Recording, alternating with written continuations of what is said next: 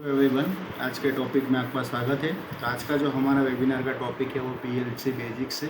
सो इस टॉपिक में हम देखेंगे कि पीएलसी का फंडामेंटल क्या होता है, पीएलसी के इनपुट और आउटपुट क्या होते हैं, पीएलसी में लेडर लॉजिक कैसे वर्क करता है या टाइमर काउंटर कैसे वर्क करता है, और रियल इंडस्ट्री में एग्जाम्पल इसमें हम देखेंगे।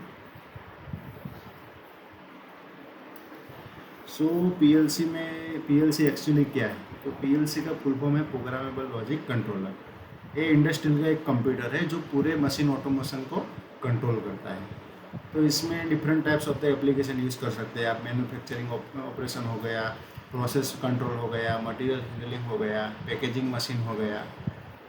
तो इसमें डिफरेंट एप्लीकेशन में आपको पीएलसी देखने को मिलेगा। आप इंडस्ट्री में वर्क कर रहे हो, आप सब जगह देखोगे अभी पीएलसी सब जगह कॉमन हो गया है। मतलब कोई भी छोटे से छोटे प्लांट में चले जाओ, आपको पीएलसी देखने को मिल जाएगा।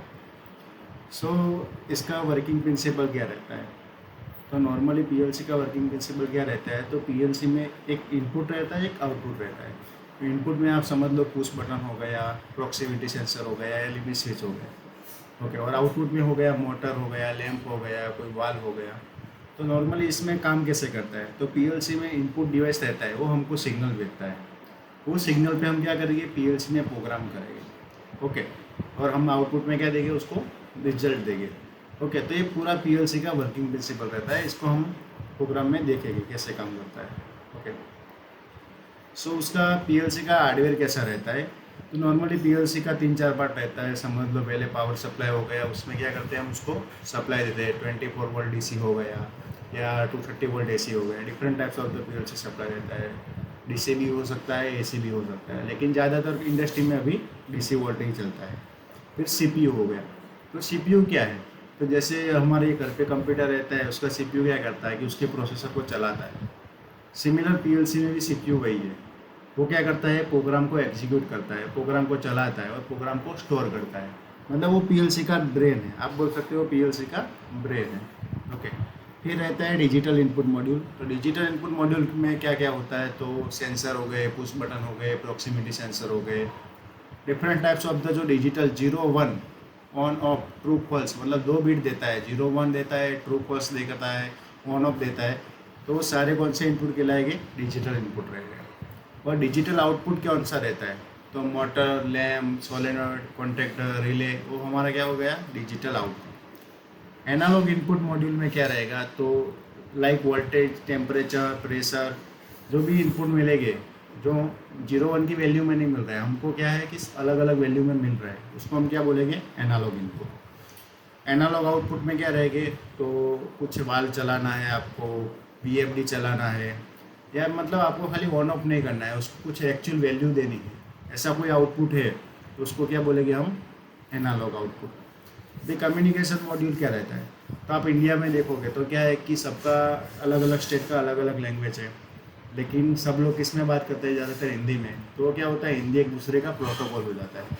तो कम्युनिकेशन सिमिलर वही है कि अलग अलग डिवाइस रहता है, भले उसका लैंग्वेज अलग है, कुछ भी अलग है, लेकिन उसका एक सिमिलर प्रोटोकॉल रहता है। वो दोनों से क्या होता है? वो कम्युनिकेट करता है और एक दूसरे को डेटा भेजते हैं। उसको क्या बोलते हैं? कम्युनिकेशन। तो different types of the communication module आते हैं, like ethernet, Profibus, Modbus, Profinet, CAN bus, EtherCAT. तो डिफरेंट टाइप्स ऑफ अपना कम्युनिकेशन मॉड्यूल रहता है। सो पीएलसी इनपुट और आउटपुट, तो मैंने जैसे ही बताया कि इनपुट में आपका पुश बटन रहेगा, प्रॉक्सिमिटी सेंसर रहेगा, लिमिट स्विच रहेगा, टेम्परेचर सेंसर हो गया और प्रेशर सेंसर हो गया।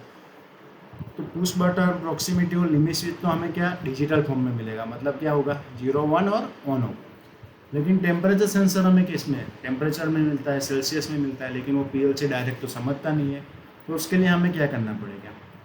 तो उसको क्या है कि जो टेम्परेचर रहता है, मतलब बैरोमीटर रहता है, भले वो टेम्परेचर सेंस करता हो, लेकिन वो जो आउटपुट देता है वो किसमें रहता है? 0-10 वोल्ट और 4-20 मिली एम्पियर। तो यहाँ दिख रहा है 0-10 वोल्ट और 4-20 मिली एम्पियर। तो उसको हमें क्या करना पड़ता है? स्केलिंग करना पड़ता है। स्केलिंग के हिसाब से हम टेम्परेचर फाइंड कर सकते हैं। तो एग्जांपल ले लो कि मेरा टेम्परेचर का रेंज है 0 से 1500 सेल्सियस, और हमको मुझे वोल्टेज दे रहा है 0 से 10 वोल्ट। तो एक वोल्टेज इज इक्वल टू कितना हो? 150 सेल्सियस टेम्परेचर हो गया। तो उस हिसाब से आप स्केलिंग कर सकते हो। तो पीएलसी में पूरा स्केलिंग पॉसिबल है। अभी रहेगा पीएलसी स्कैन टाइम। तो पीएलसी स्कैन टाइम क्या है?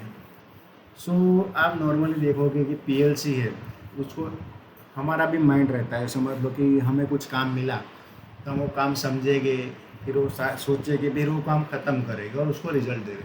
तो वो जो पूरा प्रोसेस रहता है उसको क्या बोलते हैं? Scan time. तो पीएलसी में भी सिमिलर ही रहता है कि पीएलसी में आप समझ लो कि आपने इनपुट रीड कर दिया, मतलब पुश बटन दबाया उसको रीड कर दिया, तो वो क्या हो गया?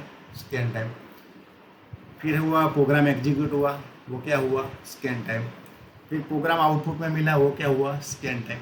तो टोटल जो होगा, मतलब तीनों का ऐड टाइम करेंगे, वो अपना क्या होगा? PLC scan time. तो यहाँ आप देख सकते हैं कि रीड इनपुट 2 मिली सेकंड, एग्जीक्यूट 6 मिली सेकंड, और अपडेट आउटपुट कितना मिलेगा? 2 मिली सेकंड।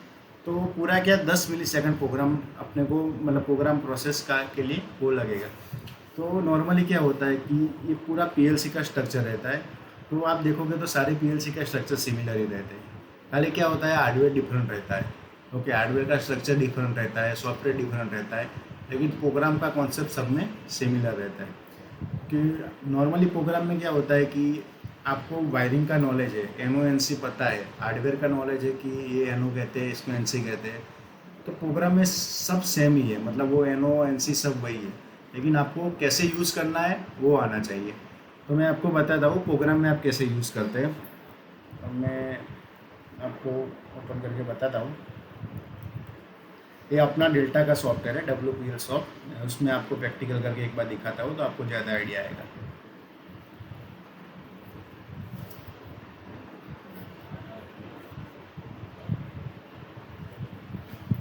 सो मैं एक न्यू प्रोग्राम ले लेता हूँ।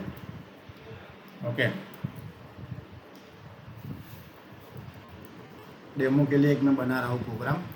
ठीक है, पीएलसी अभी मैं सिमुलेटर पे चला रहा हूँ तो कोई भी सिलेक्ट करूँगा, कोई दिक्कत नहीं है। ओके, कर लेते हैं। तो क्या करूँगा, मैं सबसे पहले सिमुलेटर ऑन कर दूँगा।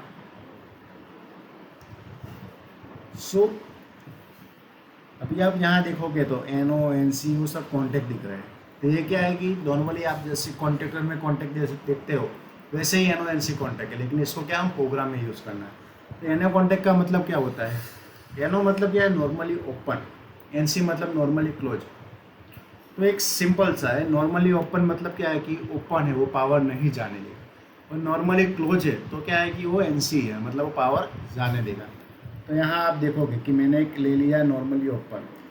एक्स क्या है? इनपुट है। वाई क्या है? आउटपुट है। मेमोरी है, सेट बिट है, टाइमर है, काउंटर है। तो हम इनपुट यूज़ करेंगे, तो इसको लिख देते हैं हम पुश बटन 1।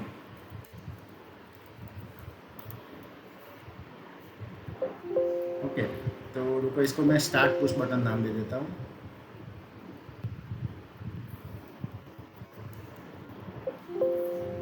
और दूसरा एक क्या रहेगा? Stop push button. तो नॉर्मली किसमें होता है? हमारा एनसी में रहता है। तो एक मैं क्या ले लेता हूँ? Stop push button.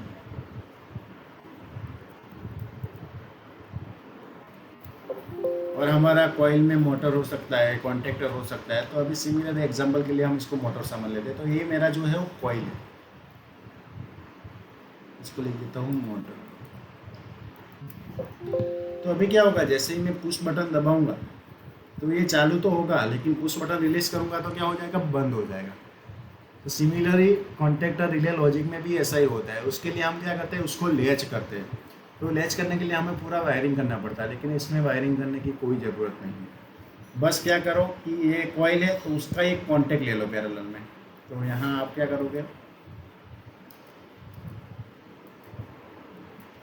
और यहाँ से क्या करोगे? कंप्लीट करोगे। तो ये मेरा क्या हो गया? मोटर स्टार्ट स्टॉप का एक सिंपल लॉजिक बन गया। वो कैसे रन करेगा मैं आपको बताता हूँ। तो सबसे पहले क्या करना है? प्रोग्राम को कंपाइल करना है। कंपाइल मतलब क्या है? वो चेक करेगा कि कोई एरर नहीं है। तो कंपाइल किया तो यहाँ दिखाया कंपाइल इज कंप्लीट, मतलब इसमें अभी कोई भी एरर नहीं है। तभी मैं क्या करूँगा? प्रोग्राम को डाउनलोड करूँगा। ओके, तो ये डाउनलोड का सिंपल है, डाउनलोड हो गया।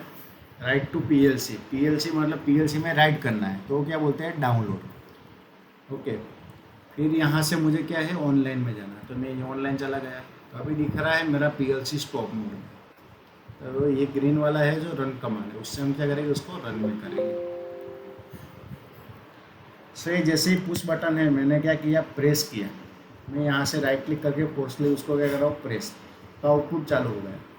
लेकिन जैसे ही उसको रिलीज किया तो वो क्या हो गया, NC से वापस NO हो गया। पहले प्रेस किया था तो NC हुआ था, फिर NO। लेकिन क्या तब तक वो आउटपुट चालू हो गया था और उसका कॉन्टेक्टर था NO का क्या हो गया था, NC। तो यहाँ से देखो कंटिन्यूसली पावर मिल रहा है।